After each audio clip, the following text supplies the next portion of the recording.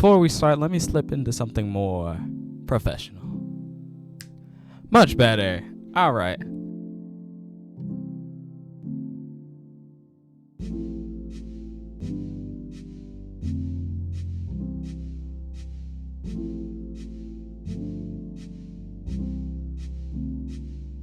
Let's start with the concept. So, usually when it comes to me as a creator, since I'm very new to this, right?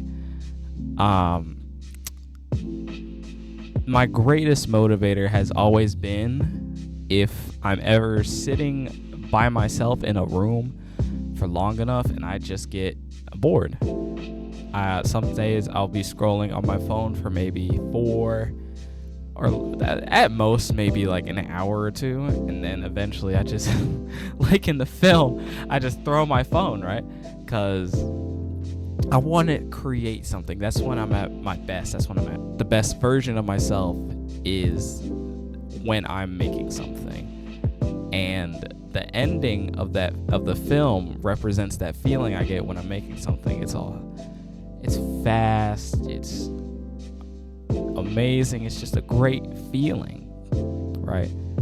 Hence the inspiration for the end of the film. And the process to get there did take a bit, right?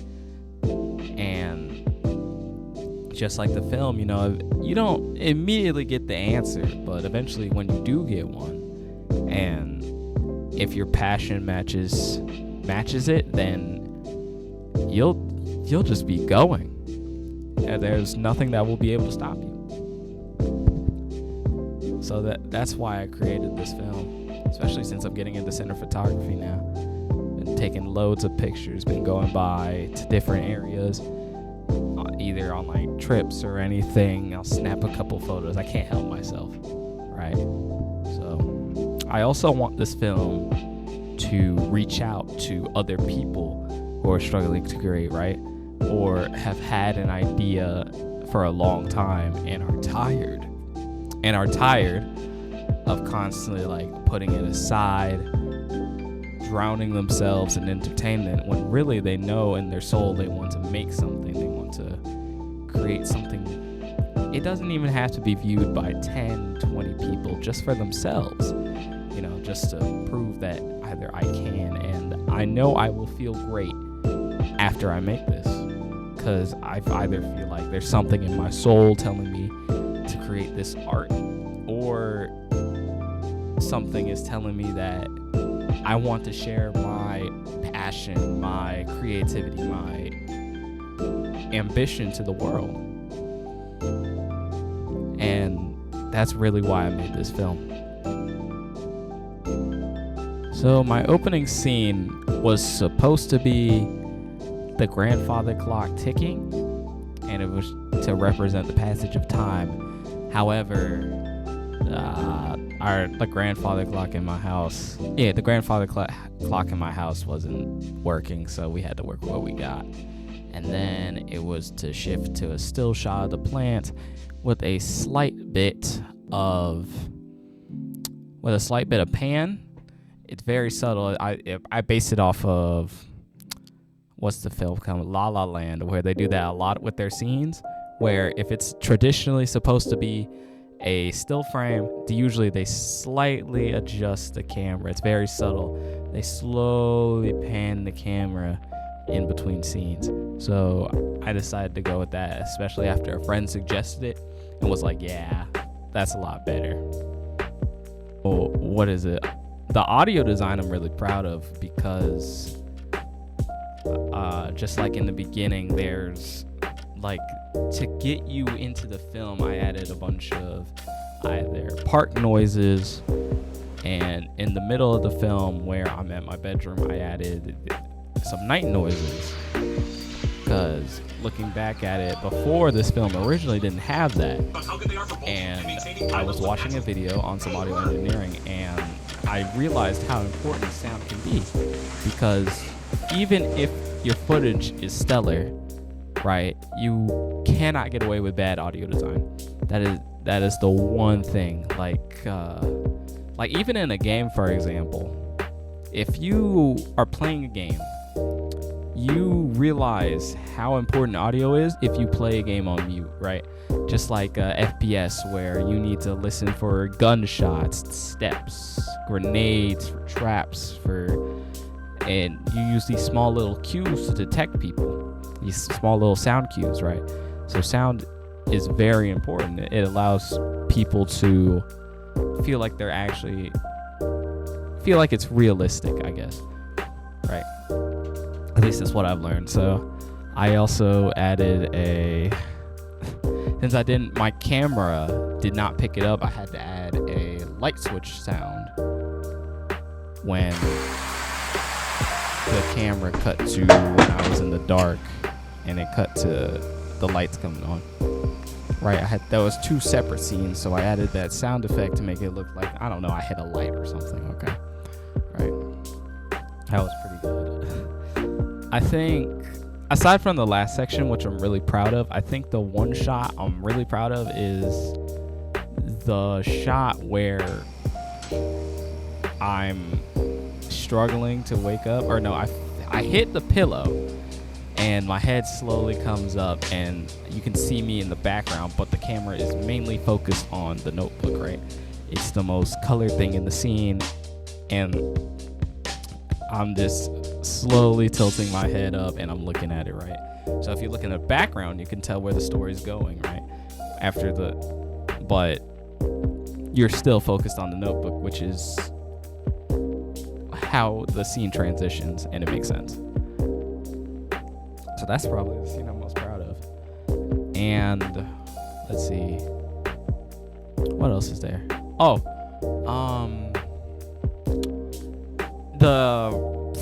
I think if I were to do this film back though and review a couple of my mistakes, one of them would definitely be having the sand in the hourglass actually dripping, right?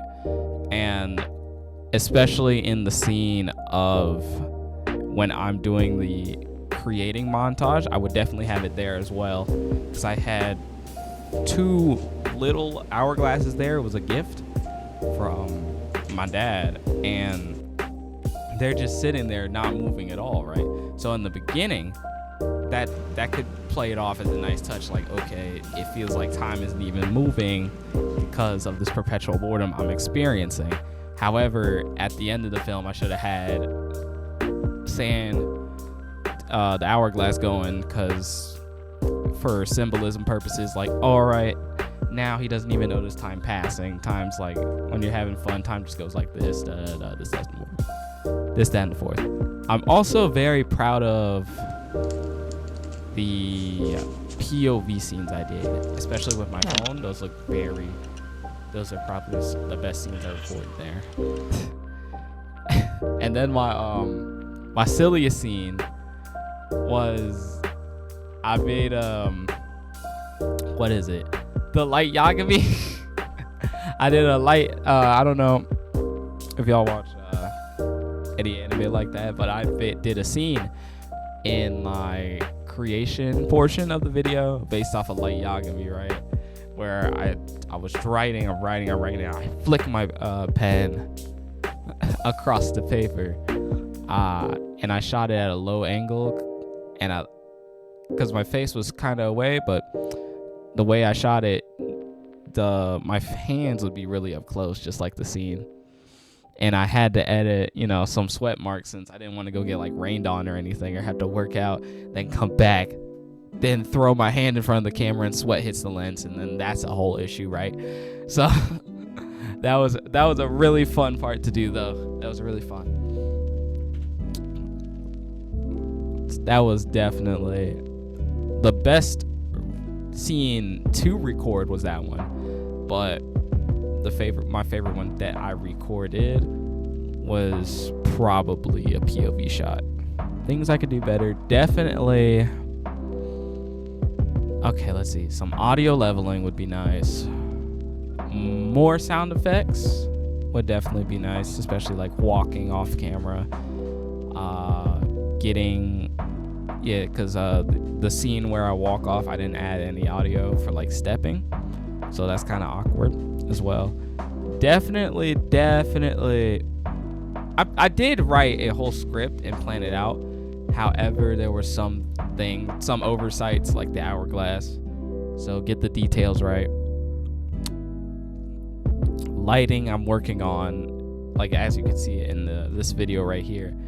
I'm experimenting with this lamp that I have right here, and I'm trying to learn how to do some proper lighting, because in the video there are some scenes where you can barely see my face, especially the one scene where I'm thinking of an idea, right? You can definitely tell that I did not account for the shadow on my face being so dark, and you can barely even see my eye. So there's also that. And just to not be too harsh on myself, let me give it two more things I would work on. Definitely, well, that's acting. That's acting. I'm gonna improve on that later. But let's see, what would I improve on specifically? Be specific.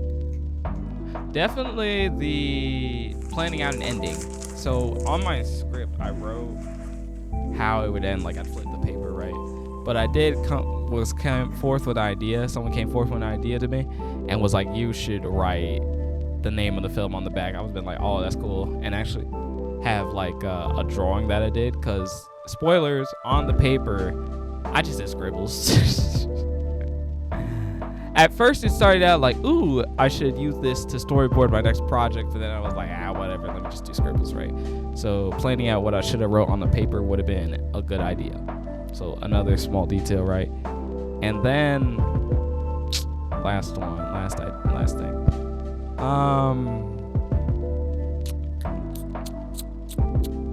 Coloring. Okay. This was made from the course of, what is it? December to like March. So it was during when I'd like just got started color grading. So if you notice in the film, there are a bunch of sections where the colors are vastly different. Like the clock and the plant, I think I got those two on the same kind of color grade. That was much later. But like the thumbnail and when the camera is zooming in on my face where I'm staring at the hourglass, that was during the beginning of my color grading journey. So if that's one thing, definitely consistent color grade throughout the film. I did like, however, how most of it, at least until the creation part, was desaturated. It was a little bit desaturated. I had a green tint because of the vibe of the film. I wanted it to be like kind of down in the beginning, like, and kind of flat, because that's usually black and white is how you represent boredom. I wanted to try a different direction with it, so whatever, right? So that would be one last thing. And then an honorable mention would be my better transitions, and I did a storyboard. I didn't do a script, because if I did a script, that would probably be better. So there are purpose behind the transitions, and it's much easier to follow, because it goes from why is he staring at the hourglass to, oh, he gets up. Okay, I understand this about boredom, but now why is he staring at his phone? Right? I need to make my transitions have purpose. Like dialogue probably would have worked, but I wanted to try and do this like as a silent film, just because there was originally no dialogue, so I wanted to try it this way. And yeah, I think that's it, really. I mean, obviously, there's much more things I can improve on. I'm still a novice. I'm still a beginner. I'm going to continue doing this. I have a couple of other ones planned in the future, small little edits, right? But I think this will be the thing I do for a very long time. I love this. And this doesn't feel like a job. It doesn't feel like I'm working. I just love editing. I love film. So I think this is what I'm going to do, right? For the foreseeable future. And I want to say thank you so much for 200 views on this short film. I did not think that I would get that many views on this. This is just something I wanted to make and post. And I did not know that over 100 people would watch. Over 50 people is crazy. You've been in a room with 50 people? Thank you so much. And shout out to the dude who made a comment. CH1. Oh, a chill guy 25. Thank you. Thank you. Thank you so much. Shout out to you, man. Appreciate it. So, thank you all. Appreciate the love. Appreciate the likes, especially on the shorts as well. They've been doing pretty good. Thank you so much. But yeah, that's really all I got to say. So yeah, like, subscribe, comment on this video. Maybe suggest some ideas I should do for a short film. That'll be fun, little interaction, right? And well, you can find me at Instagram at BEJINSAGE, Bayesian Sage, and that'll be this video. Thank you for checking it out. Bayesian Sage signing off. See ya.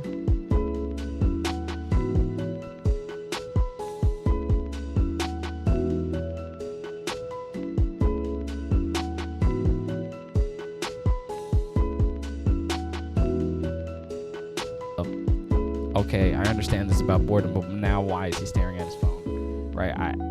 I need to make my transitions have purpose. Like, dialogue probably would have worked, but I wanted to try and do this like as a silent film, just because there was originally no dialogue, so I wanted to try it this way. And yeah, I think that's it, really.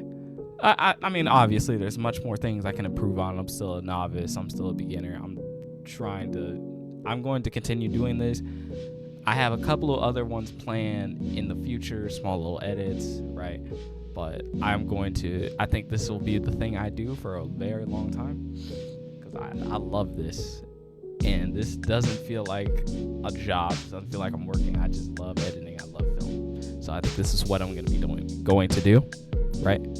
For the foreseeable future. And I want to say thank you so much for 200 views on this short film. I